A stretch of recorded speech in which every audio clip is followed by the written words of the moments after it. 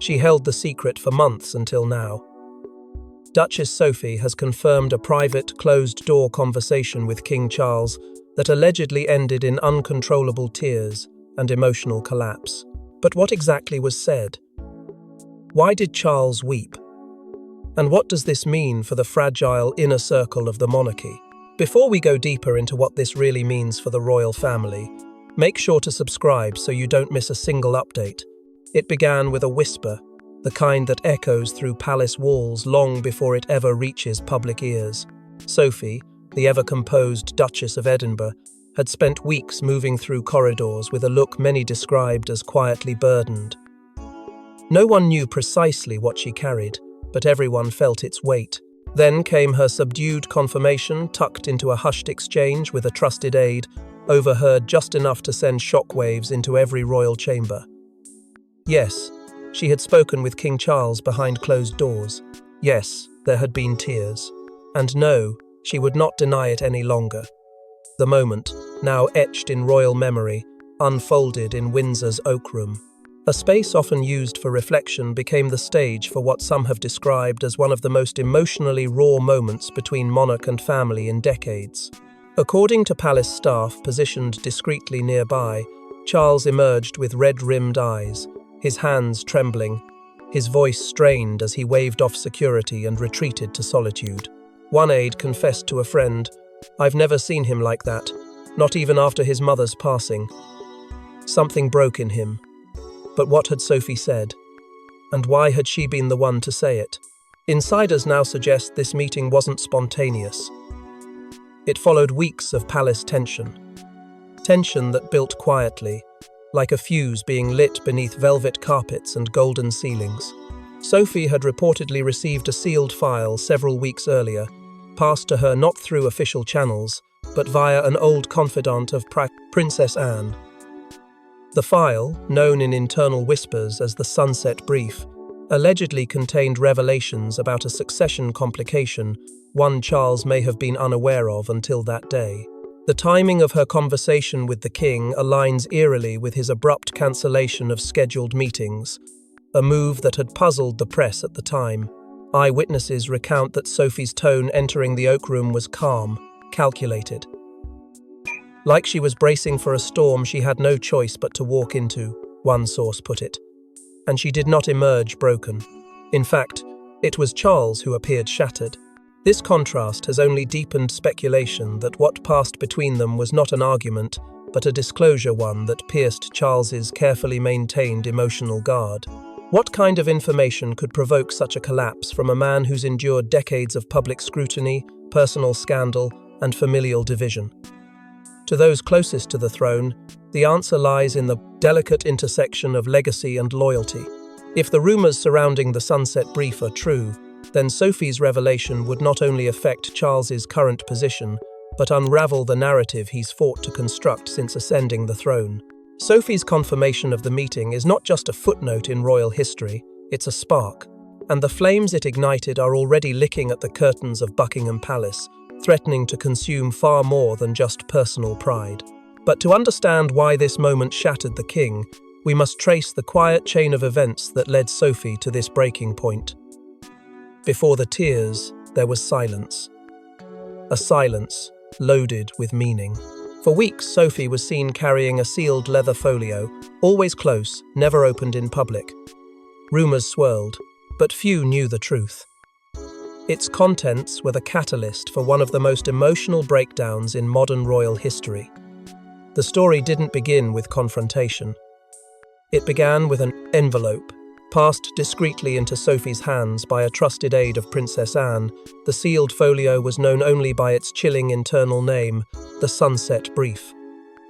Its title, poetic yet ominous, hinted at finality, transition, and something fading perhaps deliberately. Few in the palace had access to it. Fewer still understood its full implications. But one thing was clear. The moment Sophie received it, everything about her changed. Her public smile became thinner, her presence more fleeting. Invitations were declined, appearances postponed. It wasn't scandal that haunted her, but responsibility. Behind palace gates, Speculation moved like wildfire. What was inside the brief, and why had Anne, the most unshakable royal of all, chosen Sophie to receive it? According to whispers from the Queen's former correspondence staff, the document contained legal and ceremonial clauses drafted decades ago, hidden under constitutional footnotes and preserved for an emergency scenario no one thought would ever arise. At the heart of the brief, reportedly, was a clause that bypassed Camilla's future ceremonial entitlements, one that had been legally frozen yet never fully erased. The implications were staggering. If activated, it would alter not just Charles's image of his reign but the legacy he hoped to cement. And so Sophie found herself caught in a psychological storm. On one hand, loyalty to the king, the man she had supported with quiet grace for decades. On the other, a growing sense of duty, a belief that the truth, however painful, had to be known before the next chapter of the monarchy could begin. Every meeting, every glance, every moment of silence was coloured by the weight of the brief in her possession. She began distancing herself from events involving Queen Camilla. Even her most trusted stylists noticed a difference.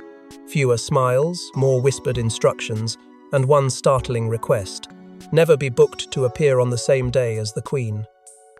The pressure intensified behind the scenes. Anne refused to interfere publicly, but made it known through intermediaries that Sophie's inaction would only delay the inevitable.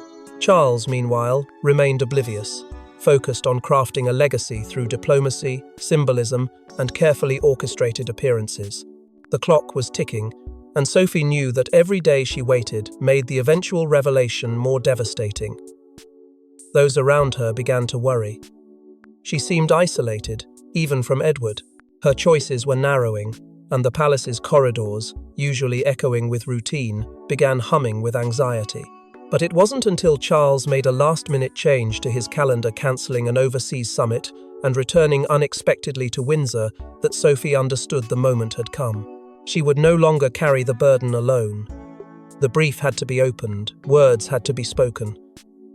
And what followed would fracture more than just silence. As the clock ticked down on Sophie's silence, events within the palace began spiraling, pushing her closer to a devastating confession. They thought no one would ever hear it, but in the surveillance-secured Windsor wing, a segment of audio from Sophie and Charles's encounter was accidentally recorded and then leaked. What the audio didn't capture in clarity, it delivered in impact. A voice breaking, breath halting, and the single repeated phrase, "I never wanted this." It began, as most royal breaches do, with a technical glitch that should have been impossible. The Windsor wing, long considered one of the most secured stretches of royal property, was undergoing silent maintenance on its internal surveillance systems. A recalibration of hallway mics and audio sensors had been scheduled without Charles's knowledge, reportedly signed off by a mid-level technician weeks in advance. Normally, these systems are programmed to erase temporary logs within hours, but this time, due to a malfunction, an archived cache remained, and within it, a grainy audio file containing pieces of one of the monarchy's most private and emotionally fraught moments. Windsor security logs confirmed Sophie's presence at a time not listed on the official calendar. Her entrance was quiet, logged by a secondary guard post rather than the primary reception. No escort, no security, just Sophie with the leather folio clutched to her side. What unfolded inside the Oak Room was meant to stay between two souls. But now, thanks to an unintended digital echo, fragments of their words have reached ears they were never meant for. Though the audio is damaged, the impact is undeniable. Charles's voice, usually deliberate and stately, comes through jagged and unsteady, breathless, wounded. The words that repeat, "I never wanted this," are whispered, almost inaudible, but unmistakable. Sophie's tone, in stark contrast, is measured. Too measured. Analysts within the palace have remarked on the unnatural calm in her voice. It sounded rehearsed.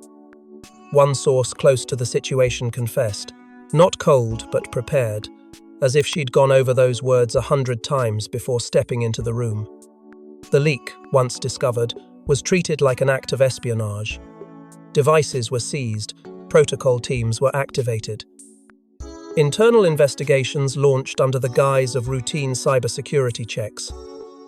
But the damage had already sunk its teeth into the monarchy's soft underbelly. The public, already rattled by Sophie's confirmation of the emotional conversation, now had a glimpse, however fractured, of its devastating content. Suddenly, it wasn't just about tears. It was about intent. About whether Sophie's confession had crossed the line from emotional reckoning into something more explosive, a confrontation laced with consequence. Some insiders are now calling it a veiled threat, cloaked in duty. A challenge to the king's authority from someone who had always remained firmly in the background. Others believe it was a desperate plea for the truth, for protection, or perhaps for absolution. What no one can agree on is what Charles meant by those 5 words. Did he regret the crown itself, the conversation, or the deeper implications of the sunset brief Sophie had delivered? Theories are multiplying, and every new detail only fuels the storm. In the corridors of power, where silence is currency, this single audio fragment has opened a chasm. And as palace aides scramble to recover control of the narrative, another crisis quietly gathers strength just beyond the marble halls and guarded gates. And while the world fixated on the emotional outburst, few noticed the other storm building in the background: Camilla's sudden disappearance. She vanished without a word. Just hours after Charles's tearful meeting with Sophie, Queen Camilla was quietly driven to Raymill House with no press notification, no aides, and no explanation. Was she avoiding the fallout, or was she at the center of it? The silence surrounding Camilla's disappearance was deafening. While the public dissected the emotional tremor that had just rocked Windsor, palace insiders were already whispering of another shock Camilla had left. No formal departure, no mention in the court circular, not even a carefully curated cover story. She simply disappeared from the royal radar, slipping away to her private Wiltshire estate under cover of protocol, leaving behind a void that courtiers scrambled to explain. But those close to the epicenter of the storm knew the timing wasn't coincidental, it was reactionary. Charles's demeanor in the hours following Sophie's revelation had shifted from anguish to something icier, something fractured. Those in the know describe a cold detachment in his brief exchanges with aides once Camilla's exit was confirmed. He did not ask where she went. He did not request she return. The king, so often carefully choreographed in his emotional restraint, was now fully immersed in what insiders called controlled retreat. And the queen's vanishing act was anything but random. Sources close to the palace now confirm that Camilla and Charles had clashed behind closed doors the night prior. At the heart of the argument? Anne's interference via Sophie, as Camilla is reported to have shouted. And that wasn't all. Camilla, long accused of building her own inner circle inside Buckingham, had become increasingly frustrated with Charles's wavering backbone, particularly when it came to the whispered protocol clarion, the unspoken agreement governing the ceremonial limits of her role. When Charles refused to directly confront Anne over Sophie's recent access and disclosures, Camilla allegedly accused him of letting the old guard run the monarchy from the shadows. Her words, reportedly sharp and devastating, cut through whatever unity remained in their shared public front. She told him that if he couldn't enforce the boundaries of his reign, she would remove herself from it, and she did. By the following morning, her name had been quietly removed from several upcoming royal engagements, most notably those that had included Sophie. The edit was not announced, but sharp-eyed planners confirmed the changes. And while the palace tried to maintain a composed face, internal communications were in full-blown crisis mode. Senior courtiers began urgent strategy meetings to rein in speculation, fearing another media leak would spiral into a constitutional conversation. If the Queen was walking out, even temporarily, the stability of the crown was once again at risk. What no one had anticipated was how quickly this disappearance would tilt the balance of power. Without Camilla's dominant presence at Charles's side, a void was left open one Anne was more than willing to fill. And while Camilla sought distance, perhaps to plan, perhaps to retaliate, one question gripped every insider with rising dread. Had she seen the contents of the sunset brief herself? Or had she only seen the consequences? Because if Camilla was reacting without full knowledge, Her next move could ignite a royal confrontation no one would be able to contain. But as Camilla recoiled, another royal took action. Princess Anne, the hidden force behind Sophie's shocking move. Don't be fooled, this wasn't spontaneous. The seeds were planted by Princess Anne long ago. Sources now confirm that it was Anne who urged Sophie to bring the sealed document to Charles, and Anne who insisted that the truth, no matter how devastating, must finally come to light. Anne has always moved differently from the rest of the royals. Where others court public sympathy or perform tradition, she operates in silence, precision, and purpose. Now dubbed by palace insiders as the ghost general of the monarchy's stability faction, Anne has long seen herself not just as a sister or a ceremonial figure, but as a steward of the crown's continuity. For months, she watched the tides shifting around her brother. Charles's recent policy moves, perceived compromises, and quiet concessions to Camilla's expanding ceremonial authority did not sit well with Anne. Not because of personal rivalry, but because of principle. And she knew that someone, somewhere, needed to anchor the institution before it drifted beyond recognition. Her plan, though quiet, was calculated. Anne drafted what has now been identified as the Legacy Reconciliation Memo, a stark, emotionally restrained document outlining her concerns about recent decisions, Camilla's unchecked rise in influence, and the legal contradictions embedded in the Sunset Brief. But Anne did not deliver this herself. She chose Sophie. Not out of convenience, but strategy. Sophie had a neutral grace respected by Charles, unthreatening to Camilla, and deeply loyal to the family's unspoken codes. More importantly, she wasn't seen as political. Anne believed Charles would hear her through Sophie, and perhaps, if the moment was timed just right, he would not resist the truth, he would absorb it. Sophie did not accept the mission lightly. Friends describe her as torn between allegiance and conscience, between silence and revelation. But Anne's persuasion came not through pressure, but through trust. The two had grown closer in recent years, often conferring outside of formal palace meetings. When Anne presented her with the memo and the sealed document, she did so with a single instruction: do not let history be rewritten by omission. And with those words, Sophie stepped into the storm Anne had long anticipated. Within palace walls, factions were already beginning to form. Those aligned with Anne's quiet mission, dubbed the Legacy Loyalists, believed in preserving the monarchy's founding principles, even at great personal cost. Opposing them were the Protocol Clarion adherents, many of whom believed Charles and Camilla's modern vision was the only path forward in a shifting world. What had begun as personal concern was now evolving into something far more volatile, a cold civil war of ideology, cloaked in tradition. And yet, even among those aware of the brewing conflict, no one foresaw just how emotionally devastating the fallout would be. Because hidden beneath the paperwork, behind the strategy and silence, lay a truth so personal, so piercing, that it would shatter the man who had worn the crown for less than 2 years. But what could possibly be so incendiary, so emotionally crushing, that even the king would break down upon hearing it? The answer was hidden in plain sight, yet no one saw it coming. According to multiple insiders, the content of the conversation wasn't about policy. It was about legacy, betrayal, and one name that shatters the royal order: Harry. For all the speculation surrounding the sealed document, no one expected the name buried within it to be Charles's estranged younger son. The monarchy had long projected an image of distance, of closure, of a future rebuilt without Harry in its frame.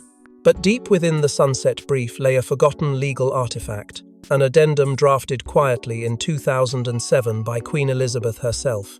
It was part of a contingency framework, a royal failsafe buried inside the Queen's succession protocols, and never meant to surface unless certain conditions were met. It was known only to a small circle of advisors and signed under the code name the Sandringham Blessing. And now, nearly 2 decades later, it had returned with vengeance. The clause, buried beneath ceremonial jargon and obscure legal phrasing, outlined a provision for the temporary reinstatement of a royal's privileges if a reconciliation appeared substantially probable before the reigning monarch's 10th year. Charles, amid a flurry of paperwork after his coronation, had unknowingly reaffirmed this outdated clause while signing a batch of legacy approvals. He hadn't read it, no one had flagged it. But by affixing his signature, he had reignited a mechanism that few within the palace even remembered existed. That mistake would come back to haunt him. It was Sophie who delivered the truth, calmly, deliberately, and with the full weight of Princess Anne behind her. She informed Charles that in early 2023, under the guise of a reconciliation initiative, a legal office tied to the Privy Council had activated the clause. The reinstatement wasn't public, it wasn't even symbolic, but it was real. On paper, Harry's privileges were quietly restored, at least temporarily pending review. Charles had been bypassed, his trust betrayed, and by the time he realized it, the window to reverse the decision without public scrutiny had all but closed. The news hit him like a betrayal carved into stone. His efforts to draw clean lines between past and present, between loyalty and defection, now lay in ruins. Worse, still, several senior members of the Privy Council had known. They had allowed it to unfold, believing it would never reach Charles directly, that it would expire quietly, that Harry would never return. But now the king understood what had happened. He had signed away his control. His own past decision, made in haste and without awareness, had become the knife now buried in his side. Witnesses described the moment as shattering. Charles's composure cracked under the weight of disbelief. He reportedly gripped the edge of the table, silent, then whispered, "They made me choose and I didn't even know." It was not just the revelation that undid him, it was the implication that, despite his power, he had once again been a pawn in someone else's game. The emotional collapse wasn't theatrical. It was existential. A monarch, undermined not by revolution, but by the echo of a family fracture never truly healed. Sophie said nothing more. She didn't need to. She had delivered the truth, and it had done what Anne feared and hoped it would. It had exposed the rot beneath the ceremonial calm, a rot planted years earlier and left unchecked for too long, and in that moment, the king was no longer a ruler, he was a father, broken by the ghosts of choices that would not stay buried. But Charles's grief soon turned to rage, setting off a chain reaction that would reach even the youngest generation of royals. When Prince William found out, he didn't just raise his voice, he raised the stakes. Enraged that the conversation between Sophie and his father had been hidden from him, William stormed into Clarence's house, demanding answers and reportedly issued a chilling ultimatum. The revelation had barely begun to settle when William was informed not by his father, but through a rapidly escalating back-channel leak within the Privy Council.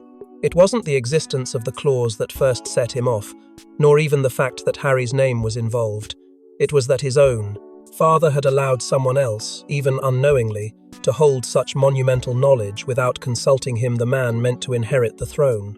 Those close to William described a rare, blistering fury, not just of betrayal, but of humiliation. He had been made to look like a bystander in the kingdom he was being groomed to rule. The confrontation, now known internally as the Clarence House altercation, was brief but volcanic. William demanded an immediate revocation of the Sandringham Clause. He insisted that any document restoring privileges to Harry secretly or not be publicly nullified, and that the legal office responsible be investigated. Charles, still reeling from the emotional weight of Sophie's disclosure, was in no shape to fight. But when William began invoking constitutional crisis, even hinting at the monarchy's erosion from within, the tone shifted. Charles pushed back, arguing that full exposure could destabilize not just the family but the institution. The clause, while regrettable, had been dormant. Making it public now could be catastrophic. What followed was more than a generational clash. It was a collision of two visions for the crown.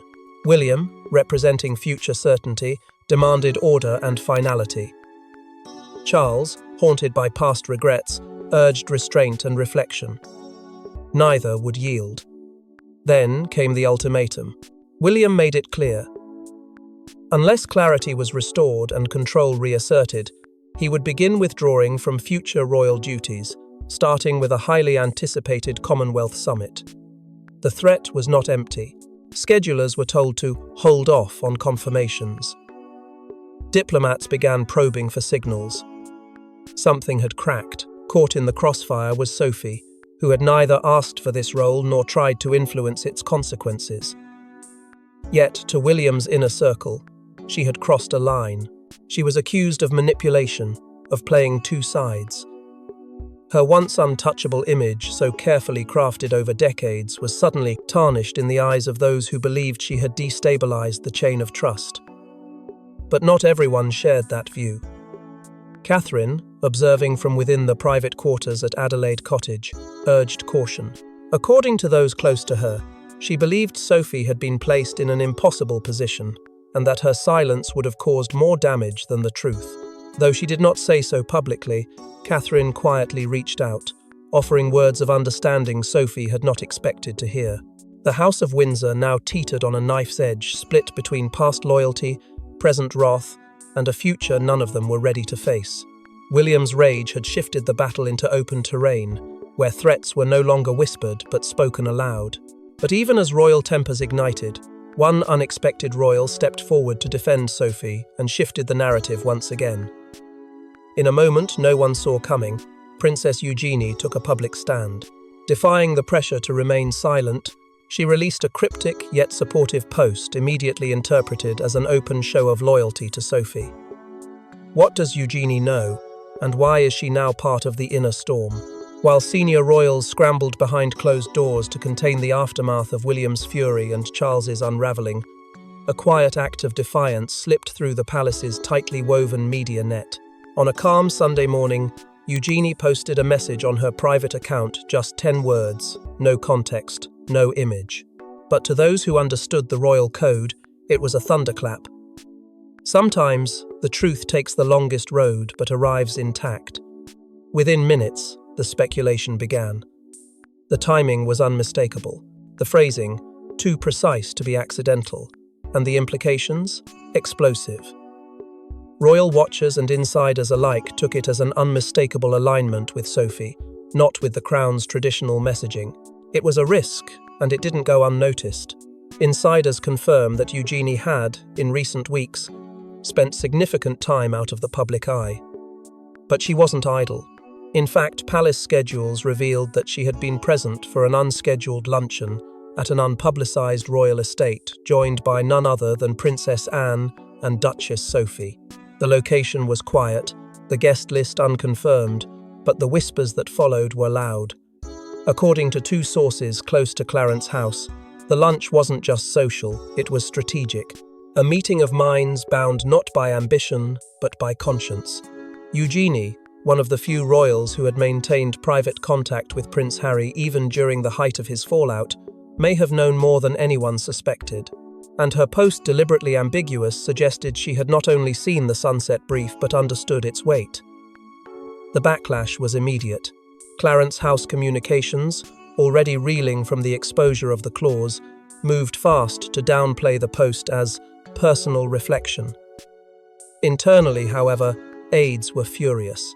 According to leaked notes from a strategy meeting, Camilla in particular viewed the post as a calculated betrayal, describing it as a juvenile stunt in a moment that required loyalty. But that reaction only widened the fault lines. For younger royals, especially those disillusioned by the rigidity of palace hierarchy, Eugenie's stance marked a turning point. Sophie, once seen as peripheral, was now becoming a symbol of dignity, of resilience, of someone willing to tell the truth when others flinched. And the narrative began to shift. Royal commentators started noting a generational divide in loyalty. Behind palace gates, conversations that once whispered Sophie's name in suspicion now murmured it with admiration. She hadn't orchestrated chaos, she had weathered it. She hadn't broken the monarchy, she had tried to hold it accountable. And Eugenie, by risking her own standing, had turned a personal moment into a public reckoning. Together, they had pierced the illusion that the crown was unshakable. But just when it seemed the fire was dying down, a second conversation emerged, one even more explosive than the first. The first conversation ended in tears. The second may end in history rewritten. Sophie has once again been summoned, this time, not by Charles, but by the Crown's legal office. What comes next could alter everything we thought we knew about the future of the monarchy. The request came in silence, no fanfare, no courier, just a plain envelope slipped into Sophie's correspondence tray with the stamp of the Royal Legal Secretariat. It was labelled Legacy Reconciliation Review, a term that meant little to the public but everything to those behind the palace gates. Sophie, who had thought her role in this unfolding drama might have ended the moment Charles collapsed in Windsor, now found herself being drawn even deeper. This wasn't about emotion anymore. It was about legality, about precedent, about rewriting what had been kept sealed for decades. Camilla's legal advisors were now officially involved, and their interpretation of the succession clause differed wildly from what Anne's faction believed it meant. Within palace chambers, a quiet but aggressive battle was underway. At stake was whether the Sunset Brief had any legal authority to trigger procedural reinstatement, and more pressingly, whether Charles's unknowing signature in 2022 constituted lawful affirmation. A potential public clarification was being drafted behind closed doors, but it was riddled with edits, crossed-out phrases, and fierce disagreement. One version hinted that the clause was ceremonial and non-binding. Another version, reportedly pushed by Camilla's camp, suggested it had never been active in the first place. And somewhere in the middle stood Sophie, once again burdened with the truth few dared say aloud. Princess Anne, unwavering in her belief that the monarchy must reckon with its own buried contradictions, has refused to endorse any diluted statement. If the crown survives on fiction, it no longer deserves to stand, she reportedly told a close aide. Meanwhile, Charles remains out of sight, physically present, but emotionally withdrawn. His silence has become its own form of protest, a haunting echo in a palace full of whispers. With no public statement and no definitive decision, the monarchy teeters between concealment and confession. And so, Sophie prepares once more. Not as a messenger this time, but as a witness, a participant in a legal process that could redefine succession protocols, public trust, and the very essence of royal accountability. Her standing within the family has never been more fragile or more consequential. Every step she takes now is weighted not only by her conscience, but by the gaze of a nation that has begun to sense that something sacred is fracturing behind the facade. The monarchy has faced many storms, but this time, the tears may not be enough to wash away the truth. Thanks for watching. Please don't forget to like and subscribe, and we will see you in next one.